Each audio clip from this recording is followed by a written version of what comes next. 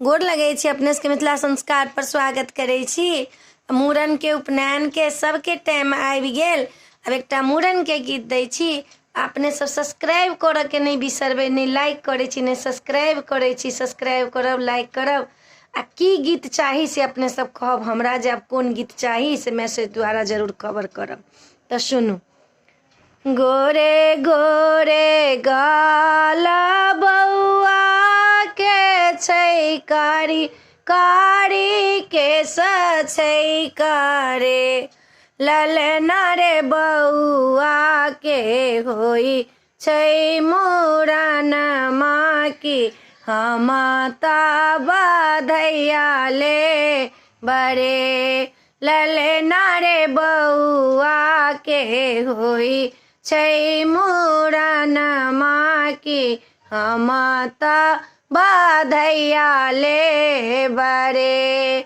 हजामा मांगाएब आंगन माँ की, अही पाना पीढ़ी धारब रे, ललना रे भातीजी के होई छै मूड़न माँ की, हमता बधैया ले बरे, ललना रे भातीजी के होई छै मूड़न माँ की, हमता बधैया ले बरे।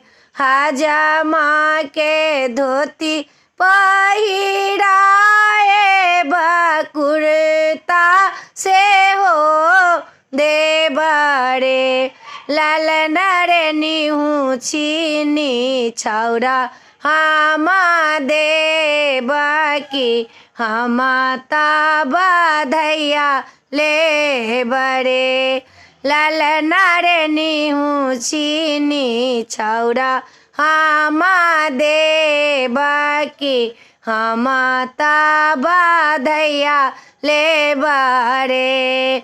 दादी के खोइछा में के साधारू लटूरी के बानी लिया रे, ललना रे भैया साले बई बधैया की, खुशी खुशी घर जेबै रे, ललना रे भैया साले बई बधैया की, खुशी खुशी घर जेबै रे।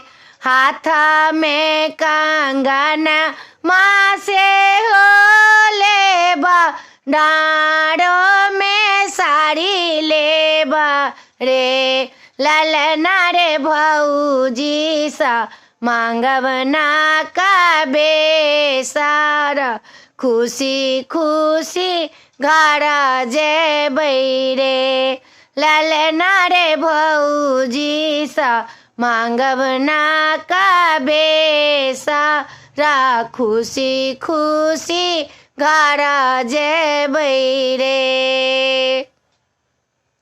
वीडियो में आ चला अपने सबके मूड़न के गीत निक लागत तो चैनल के सब्सक्राइब करो नहीं बिसरबे, जरूर सब्सक्राइब करबे, कहबे जरूर बिसरबे नहीं। जय मिथिला, जय माता जी।